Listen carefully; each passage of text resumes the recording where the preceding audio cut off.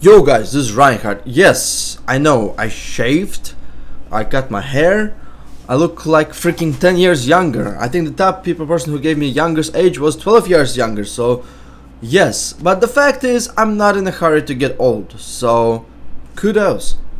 But anyway, last night I streamed about the Twitch and there were a few couple interesting questions that I thought about making vlog. This is what I like about streaming, by the way, guys, because I can address a few questions and a few different topics. This is gonna be somewhat philosophical slash rhetorical thing, but I'm gonna actually kind of try to help you out here, guys. But the first thing is I want to say is we played Zombie Chicken Cliff. That's how streamers decided to name it. By the way, it's Unholy Decay Boomkin Paladin. We started at 1800 MMR. That was a dog shit. We ended up at like 2160 before we decided to call it. The biggest, like, we were new to the camp, so we obviously lost quite a bit. But I think the biggest counter to that camp is Rested Druids, or our Rested Druids. But the camp kills healers faster than any freaking TSG out there, to be honest. This is absolutely nuts how fast it actually can kill healers. But anyway, so back to the topic. People ask me how I started, what are the other ways that can actually help you get better in PvP, and it's also after reading like an interview with Viv too, like I do follow quite a bit of top players. I think I'm not the top DK yet, but I'm gonna keep working really hard on becoming way better this season. I kinda know what I actually need to work on right now, my tips and bugs and shit, so I'm gonna work on those, and while I get better at those, I'll try to pull you back up again as well. But anyway, so I'm gonna talk to you guys about stuff that actually can help you in PvP, even though it's not a PvP related thing.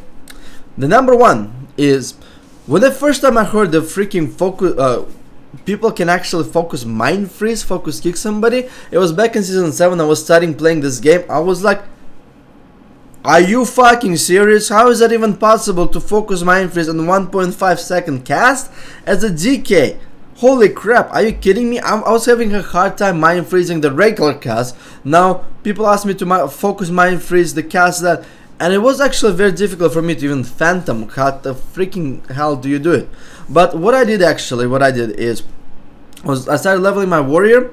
I went to the dungeons where the lot of caster mobs were there, and I was tanking. So what I did was I was just focus pummeling all the mobs all the time. Focus pummeling, focus stunning them, doing as much control to the caster mobs as I possibly could in my warrior. And the funny thing is, after roughly about like 8-hour practice, it became much easier for me, much fluid. And then I tried doing it in PvP. I failed a couple arena matches, and on the fourth arena match I did it, and the first arena match I got it. I was actually be able to 2v1 the team.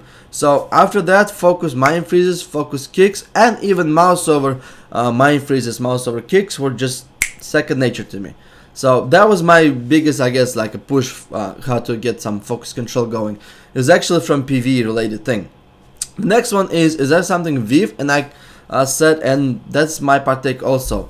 You need to know your PvE rotation really well. I kind of said it multiple times, and I'm going to say it again.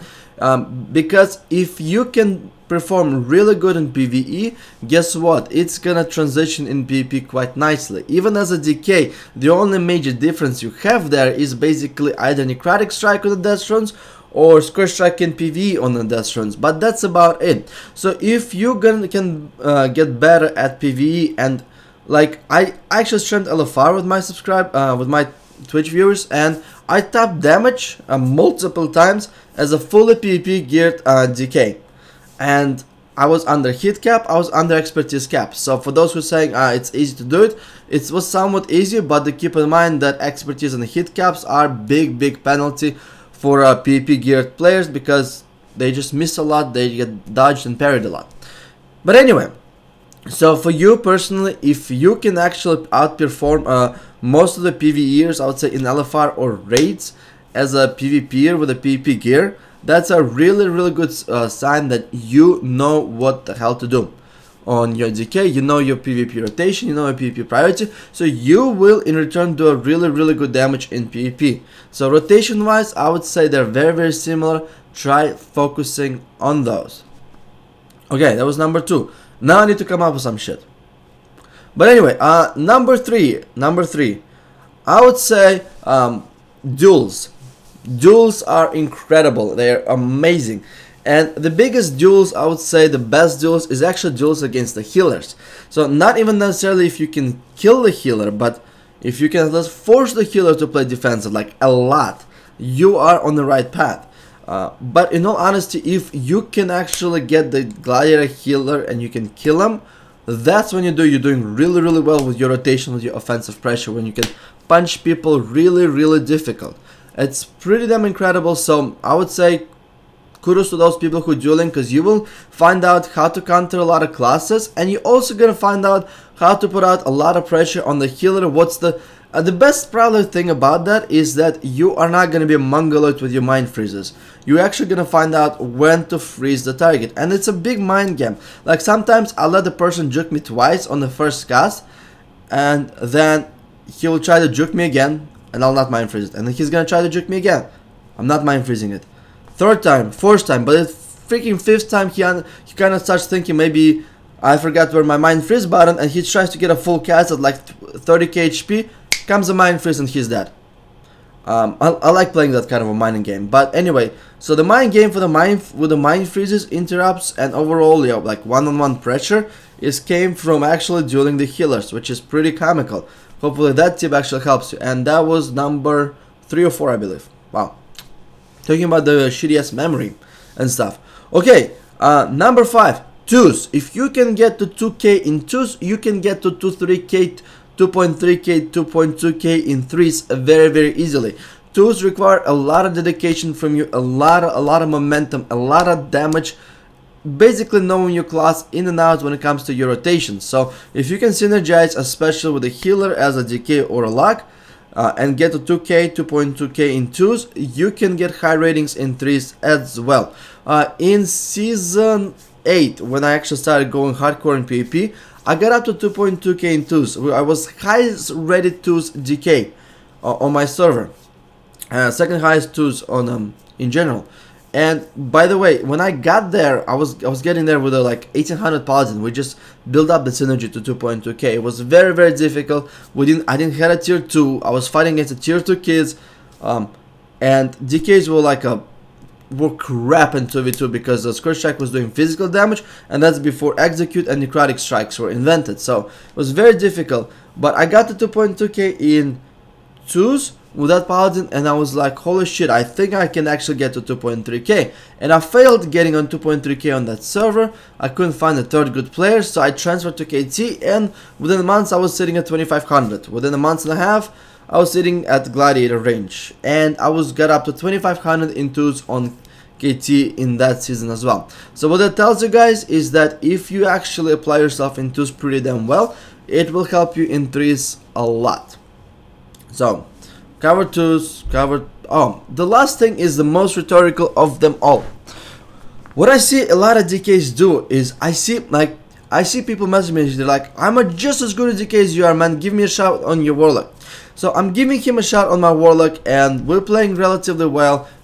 And the guy is like, yeah, I'm doing all the utilities you're doing, man. You helped a lot. Let's keep owning. Let's keep doing it. And it's awesome. The guy does really amazing utilities. Amazing utilities. I'm not saying anything to discredit him. Amazing utilities. But the one real big problem that he's kind of not focusing is that his primary role is doing fucking damage. What I like about Viv is that the guy is a fucking machine. Like if you take a warrior, right? Remove all his bones, put a metallics in there. Instead of 2 hands, put 2 big choppers right there. And that's what kind of Viv is gonna be on his warrior. He's a rank 1 TSG winner warrior. And this is what I fucking love about him. Because when he goes out there to do damage, the motherfucker does damage. And does big times damage. And he just goes there, chops people. And even though his utilities are really good, they're good. They're good utilities. I've seen a few warriors maybe do a little bit better utilities than him, but the fact that he's so good at what he does, so good at what his role is, so good at offensive pressure, that's when he actually gets when becomes a better or plays a better warrior than anybody else. So the biggest thing I want to say for you guys for startup DKs, locks and stuff, your utilities are awesome. Yes, on my lock, the best thing I pulled out was Fell Flame on the Spell Reflect to get out of Polymorph. That was pretty awesome. I actually enjoyed it, and that shit is awesome. But the primary thing that you actually need to focus on your class is doing the fucking class role that you're playing, which is basically kill shit. You have to be, if as a DK, you're doing a lot of single target damage on Holy DK, but you're not spreading aids, especially for the count that requires to spread aids, and you're not putting a lot of offensive pressure, even though you can maybe steal the Cyclone and put on a healer. Awesome, nice job. You can probably get something awesome going, like a couple focus mind freezes. But the fact is, if you're not properly rotating, utilizing your procs, rotating your aids, necrotics, and you're not putting out the damage, what's the point of doing a lot of control? The control is control and damage build on themselves up. If you have way too much damage and very low control, the healer starts out healing most of your damage.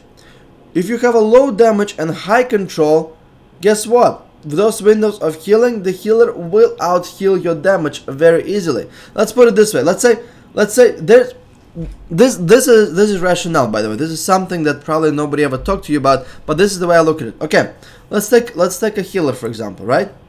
And this is the funny thing is, this is what we've talked about. This is the healer, right? Let's say this is what his HPS, healing per second. This is where he heals.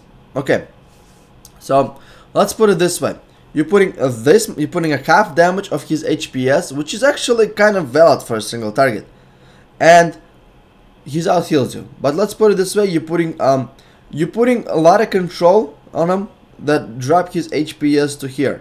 Like drop his HPS by 60%. So 40% of the time you're controlling the healer. Still, if your damage is low, he still out heal you. But on the other hand, let's put it this way: you multi-dot target, you're utilizing your procs, you're stacking those necrotics like a mongoloid, and basically your damage goes from scrappy single target damage to a really awesome thing over here. Okay, on the part like a little bit below healer, but that's when you have a second class that provides a lot of control for you, and this is where you're going a little bit hard his HPS, his healing per second, and this is where the magic freaking happens, my friends. This is where the entire team starts playing defensive, start playing like a bitches that's trying to Lana sight you. The healer is freaking out. This is where you grip swap to a healer. This is where you swap into other targets, and everything just croaks under your pressure. So that's basically it. I believe I give you 5 or 6. I'm sorry I cannot count today for shit. I still need to go work out, by the way. So that's about it, guys. I hope you enjoyed this vlog. I hope it helped you guys a little bit here. One last thing I want to talk to you guys about. Make sure you follow me on the Facebook and Twitch and Twitter, because every time I'm gonna be streaming or releasing any videos, those will be the primary things where you actually gonna notice when I'm streaming and when I'm making out videos. So anyway, guys, hope you like this video. Thanks everybody for watching, and до свидания.